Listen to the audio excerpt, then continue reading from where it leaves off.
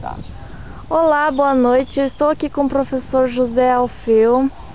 Nós vamos falar sobre Jean-Jacques Rousseau e ele vai me contar um pouco, primeiramente, sobre o contexto histórico de Rousseau. Bom, o Rousseau ele é um filósofo iluminista. Ele é um dos precursores do novo tempo, né?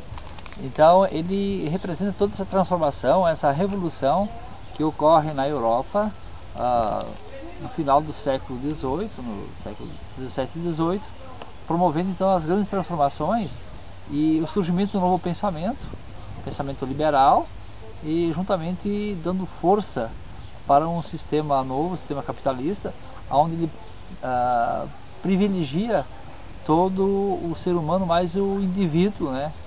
Defendendo então a liberdade e o ser humano como sendo realmente o produtor da sua vida, da sua política, né? Dando fim ao sistema feudal que predominou na Europa por um longo período, né? Então é esse o contexto histórico que as ideias de Rousseau promovem a transformação. Então ele é responsável também por suas ideias para ajudar nessa transformação. Depois tu vai passando. Bom, agora o professor irá nos falar quais são as ideias e as políticas do Rousseau. Bom, como eu já comentei, o Rousseau ele é um filósofo iluminista, né? Portanto ele vai defender as ideias da democracia, da liberdade e do livre comércio, enfim, né? Então é esse o contexto das ideias políticas que ele vai se opor ao sistema feudal, defendendo especialmente a participação das camadas sociais como um todo na política. Então nesse sentido que ele vai defender uma mudança profunda nas relações políticas que até então eram baseadas na monarquia, no autoritarismo, para a participação da sociedade como um todo na política. Nossa próxima pergunta é: como ele tratou a questão da soberania, democracia e liberdade? Bom, então nós não podemos esquecer que o cidadão até então era visto como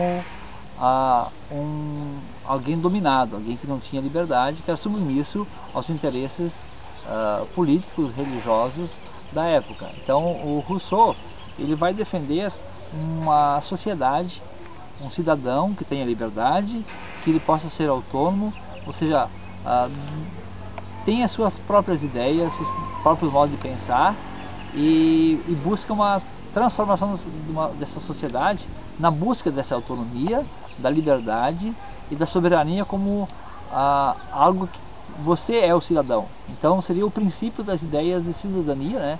Buscadas lá na origem, diria, do cidadão grego, né? Então é uma retomada dessas ideias também. Bom, nossa próxima pergunta é: quais os propósitos da educação? Bom, a educação ela faz parte desse contexto para a construção de uma nova sociedade. Assim como o Copérnico colocou que o centro, não mais o centro da Terra, a Terra é o centro, mas sim o solo, o universo, né? O Rousseau fez uma revolução na educação. Ele retira do professor a centralidade da questão educacional e ele joga como aluno sendo o centro da educação. Então isso provoca uma grande revolução que eu diria que ainda hoje não se realizou, porque de modo geral a educação como um todo, talvez seja um dos grandes pecados que a educação faz, é não colocar o aluno como centro. E assim o professor ainda como sendo o centro da educação, sendo responsável, ele sendo como fosse um condutor. E o Rousseau já percebe essa situação e ele defende a ideia de que o processo educacional deve se dar através do aluno sendo o produtor do seu conhecimento, da sua cidadania como um todo. Bom, agora eu quero saber como o Rousseau entende a relação entre professor e aluno. Bom, essa relação entre professor e aluno, ela também tem uma mudança muito grande. Até então a sociedade compreendia como uma criança como sendo um adulto em miniatura. Então ele já compreende a criança como um ser com possibilidades de construção da sua sabedoria, portanto ele é um ser que tem que ser respeitado, que tem que ser incentivado e que ele mesmo vai produzir o seu conhecimento buscando sempre a sua formação integral como um ser livre, um ser democrático, um ser autônomo. Essas são as ideias centrais do Rousseau. Então o professor e aluno vai ter uma outra relação, não uma relação de submissão, mas sim uma relação de produção de conhecimento, né, onde cada qual cumpre um papel. Então essa é a ideia central do Rousseau. Bom, agora eu quero saber qual a relação entre a pedagogia naturalista defendida por Rousseau e a defesa da ecologia da atualidade. Bom, a pedagogia naturalista de Rousseau ela não pode ser pensada como uma volta ao mundo do homem vivendo em plena natureza, né? Mas sim, a pedagogia naturalista é vista como uma pedagogia que faz uma crítica muito grande aos costumes da aristocracia da época. Ela faz do artificialismo, de uma educação afastada das necessidades sociais. Então ele busca uma pedagogia onde o ser humano se liberte da escravidão e que se encontre a si mesmo. Ele faz uma crítica profunda à sociedade da época, né? Então por isso que é muito, até não é muito bem aceito, né? Lógico, pela sociedade da época, pela elite que comanda a política de então. Se nós formos analisar hoje, não sei se dá para fazer bem essa relação, mas eu diria assim, hoje também a sociedade vive uma crise ecológica, onde o ser humano acaba destruindo a sua origem, né? Ou seja, destruindo a natureza, colocando em primeiro lugar o consumo, o individualismo, esquecendo daquilo que é a essência da vida, que é a sua relação com a natureza. Ou seja, o ser humano se coloca acima da natureza e com isso destruindo a natureza. E o Rousseau também, então, ele faz essa crítica àquela sociedade da época que coloca o ser humano como um todo abaixo, ou seja, alguns seres humanos não são vistos como seres humanos, não como cidadãos, mas sim como alguém, um escravo que está sob o domínio do outro. Então, de certa forma, dá para fazer uma relação também, cada uma no seu tempo, fazendo a crítica, e acho que a educação tem que ser isso. Acho que a educação ela tem que estar sempre preparada, pronta e qualificada para fazer a crítica à sua época. E no caso agora, a crítica especial é a forma de vida consumista que acaba destruindo a natureza. Ou seja, quando é que vamos melhorar nossa relação com a natureza? Bom, se nós não melhorarmos nossa relação conosco mesmo, com a sociedade, com outros valores, com certeza a natureza ela vai pagar caro por isso, né? Ou melhor, nós somos parte da natureza também. Nós vamos acabar pagando mais caro ainda com essa destruição natural. Sim, tem tudo isso, né? Bom, Rousseau nos fala um pouquinho sobre como o educador deve trabalhar a questão dos valores. O professor poderia nos contar um pouco?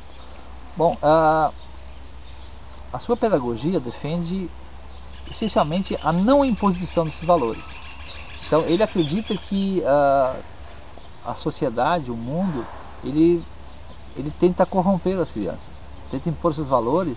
Então ele diz que nós, de certa forma, temos que nos afastar dessa sociedade hipócrita que existe, né? E trabalhar de tal forma que você não vai impor os valores e que a criança tenha as suas capacidades, né? Seja a sua autonomia, de, através da sua educação, da sua formação, de ela mesma encontrar, né, seus desejos, suas vontades, sua formação, de uma forma assim, não impondo valores, mas também tendo cuidado para não deixar que isso seja uma forma totalmente espontânea, onde a criança faça o que ela bem entende, que é realmente uma tarefa difícil, ou seja, numa sociedade onde temos uma mídia, temos nossos costumes, nossa vontade, a gente adora impor nossos conceitos, nossos valores. O professor tem que repensar essa posição, né?